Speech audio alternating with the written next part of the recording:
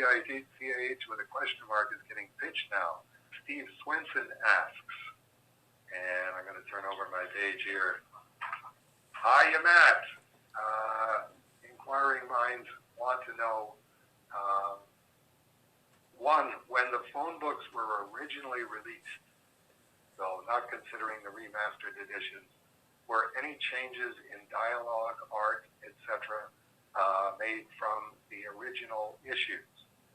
And I think I've talked about this before, right? Maybe not out loud. Maybe I just talked to myself about this. The only change that I remember being made in the books, whether it was Swords of Cerebus or whether it was the earliest trade paperbacks, was the page, the end of issue 35, I think the last page, second last page of 35, where Cerebus is changing into his Cerebus, the candidate, duds for the first time.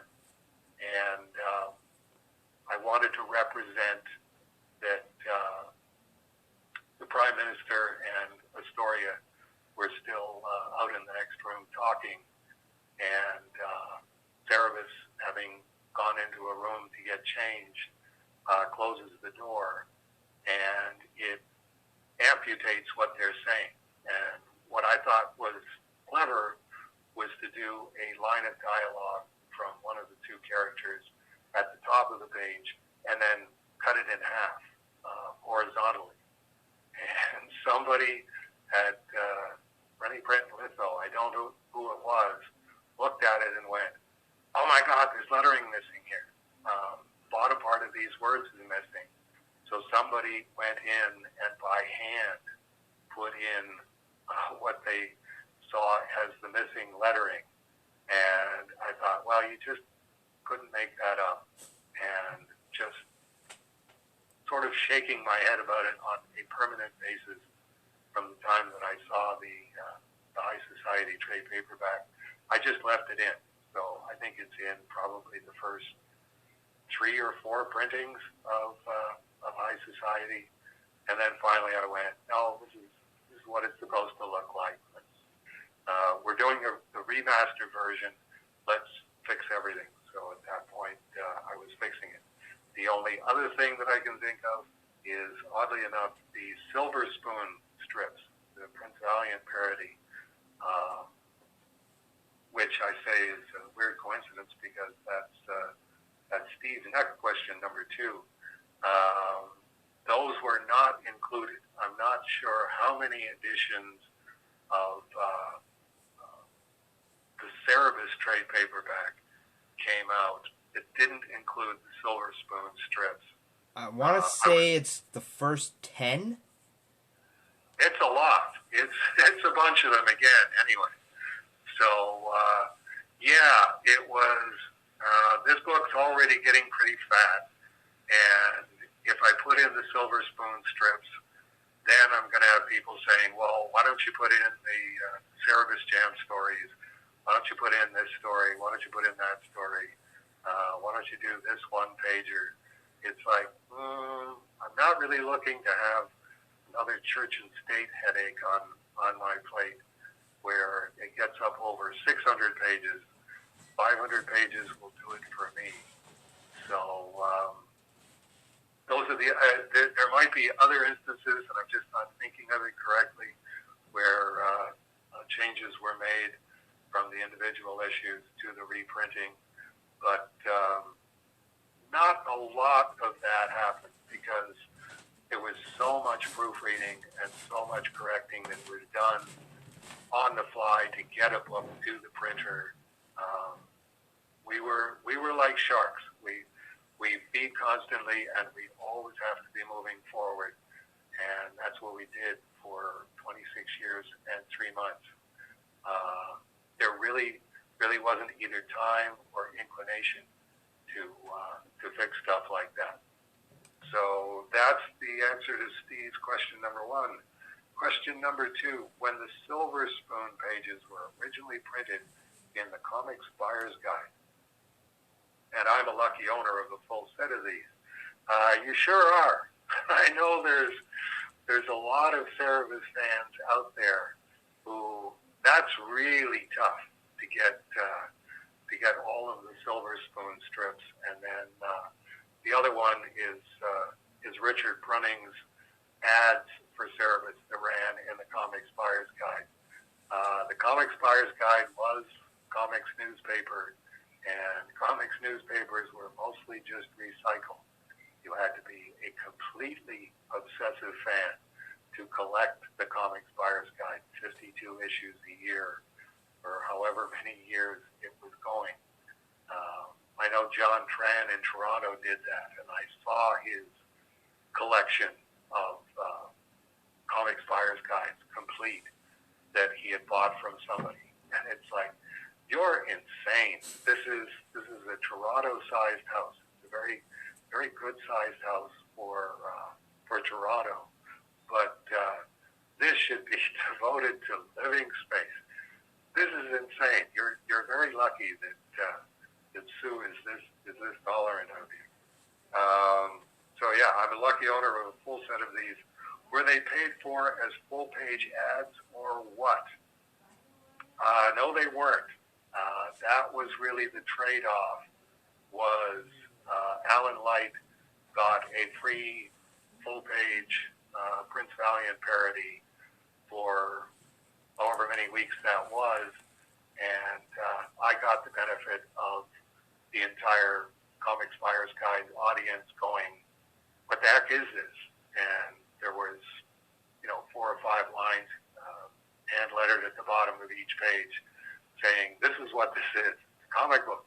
Go to your comic book store and say, I want to subscribe to Cerebus the Aardvark, and I want to buy Swords of Cerebus. I can't exactly recall, but may have been these strips and the recommendation of Cat Ironwood that led me to start reading Cerebus. And yes, I think that happened a lot. Again, the Comics Buyer's Guide was the hub publication in a sense that Comics Journal never really was. The Comics Journal was definitely a specialized avant-garde publication. The Comics Buyer's Guide was for people who liked comics, liked reading about comics, liked seeing drawings of superheroes, and liked shopping for bargains, flea market style, from people posting individual ads. So yes, that was when I shifted gears from saying, well, I'm going to put Cerebus stories in as many indie anthologies as I possibly can. Indie anthologies never came out. They would ask you for a Cerebus story, you do them a Cerebus story, and 2 years later, 3 years later, or never, that story would come out. So that was when I went, let's do Cerebus somewhere that actually does come out and comes out on time. And that was really the Comics Buyer's Guide, and that was it. Right. You were gonna say something? No. I'm just thinking back that, and that's when you decided to go monthly, and the whole ball of wax started getting, the freight train started speeding up on you. Yep. Yeah, it was, as usually happens in that case, you come up with a bunch of ideas and you try them, and then you go, oh, okay, this was the one I should have tried from the beginning. At the same time that I was drawing Cerebus #1, I should have been doing a Cerebus Prince Valiant parody and sending it to Alan Light, and the whole thing would have started rolling a couple of years earlier. But as the Germans say, we get too soon old and too late schmapp. And that's a truism. Steve's third question. Did DC contact you before reprinting the Spirit Cerebus story in the final Spirit Archive edition? And no, they didn't. And I was kind of glad that they didn't, because that's one of the things that I've been trying to get more firmly entrenched in the comic book field is the notion that if you worked on it, you co-own whatever it is. And what you're seeing there is Dennis Kitchen finally coming around to that viewpoint and going, anytime that I want to reprint the Cerebus and Spirit story, because I'm the guy who decides what happens with Will Eisner's work, I can reprint that anywhere that I want to, and I don't have to tell Dave Sim. I don't have to get written permission from Dave Sim. Even DC Comics doesn't have to get written permission from Dave Sim, because that's just not the way Dave Sim works. If you worked on it, you can reprint it. And we would have a lot, I really think we would have a lot fewer headaches in the comic book field if that was just the general policy. So that we're not giving scarce comic book dollars, scarce comic book creator dollars, scarce comic book publisher dollars, scarce comic book distributor dollars to lawyers to draw up agreements that really aren't worth the paper that they're printed on anyway, unless people are going to actually conform to them. If you just go on the basis that if you worked on it, you can reprint it because it's your work.